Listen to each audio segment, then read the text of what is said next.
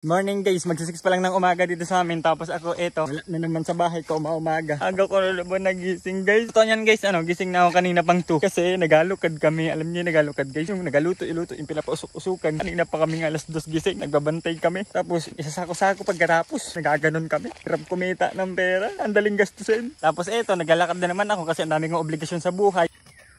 Puto sana all. Guys, nakakuha nga pala ako ng favorite ng aking partner. Favorite niya to guys. Tamang prutas-prutas lang siya ngayon kasi healthy living siya ngayon. Healthy living. Sabi ng iba guys, pumayat daw ako. Parang hindi naman, sadyang malago lang yung buhok ko ngayon. Tsaka hindi ako nag-aayos ngayon dito kasi nasa bahay lang ako. Intayin nyo kung may lalakadan. Pakita ko sa inyo yung tunay kong anyo. Ano yan, magalabas na yung QB? Pakasabihin nyo, Sir Ren, si Boy ba yun? Laki ng pinagbago, parang wala nga. Look at the sinag of araw guys. Ako, ang ganda-ganda. Ganda sa skin yan. Pero hindi naman gumagandang skin ko. Unfair. Nino lang, kaya effective yun. Ganda ng sinag ng araw. Oh. Vitamins daw yan. Kung vitamins yan, di sana iniinom yan. Pero legit guys, ang ganda nga. Sobrang putik na naman dito sa amin guys. Kasi sobrang lakas ng ulan kahapon. Oh, tingnan mo. Tinilas kong puti, naging puta na. Walang hiya na yan. Yung lola ko guys, hindi na makahon. Matanda na. Ayun, oh. Kailangan ng bigyan ng tungkod yan eh. Kahit mga 5 piraso lang. Ayun guys, ang lakas na ng usok ng sa amin. Kasi naglolokad nga eh. Kala nyo hamog yan. Hambog, hindi hamog. Nakakabuisit yung chinilas ko. Ang dulas. Tapos paahon pa. Mapapasabi ka na lang na aray ko.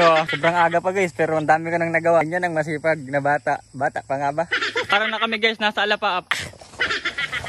Ano boy? Good morning. Ito, dala kita ng pagkain. Doon tuwa na siya. Yun no, ang takaw niyo. Baka bumayan kami guys kasi si Palyado. Walang ilaw, walang play sa unahan. Parang gusto na talaga ata akong mabangasan ni Palyado. Ito na guys, nagbaboy na yung lola ko. Kita mo na? Ay, hindi kita. Ay. Aray ko. Inapo mo lang. Namantika na si Papo. Parang lechon na eh. Puno na. Hindi na makaangat na sa akin yung nanay ko. Wala kayong checkpoint sa bayan? Ano oras kaya open dun? Punta rin bayan. Half day kasi. Palagi na lang kasing sira yung motor na yan. Yan, napupunta lahat ang pira ko. Huli, nangungupit ang aking lola. Yung pinsan ko guys, 2 ngipin yung pinabunot niyan. Ang baho ng bunganga niyan. Uy, mag-hi ka naman. Ang baho ng bunganga niyan. Oh, ang ganda. Bagay sa'yo. Ano eh? Karatista? Ano ba yun?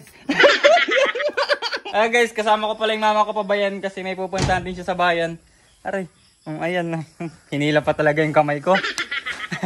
May pupuntahan kasi siya guys sa bayan kaya sasabay ko na para libre yung pamasahe niya sa tricycle. Pero sa akin siya magbabayad. Wala na ata tayong gas ah. Wala na nga. Magpagas tayo. Pagasan mo. Pagas 100. Pamasahe sa bayan kung nag-tricycle 40. Tubo pang 60. Ito na guys. Nagabiyahe na kami. Ang bigat ng mama ko. Tumaan muna kami dito guys, so, sa school ng San Vicente. May mga nilagay kasing gamit yung mama ko, kaya ito, tumaan kami saglit. Rinisan ko yung motor ko guys, kasi ang pangit na ipagawa. Kung ang dugyot-dugyot, parang galing naman sa bukid. Ano yan, kalabaw. Okay na yun guys, ang kaso lang, linisan nga, tapos hindi naman na-under no? Pwede na sigurin, wala tayong magagawa eh, puro putik dito sa atin eh. Parang ang payat nga sa buhok ko no, makapagpagupit nga ulit. Semi-kalbo, or ano kaya, semi-finals, o kaya paper plate. Kanina pa ako nakaupo dito, ang tagal naman ng aking ina. Mami, ano na? Sa wakas, dumating din. Ano yan, uma-hour pa. Kala ko mamaya pa tayong hapon eh. Guys, uma-hour pa yung mami ko. So guys, pabayan na kami ng aking ina. Tagal-tagal niya kasi. Hinatid ko ng aking ina sa simbahan. Punta na tayo pagpagawa. Mamburata. Ito na, ginagawa na.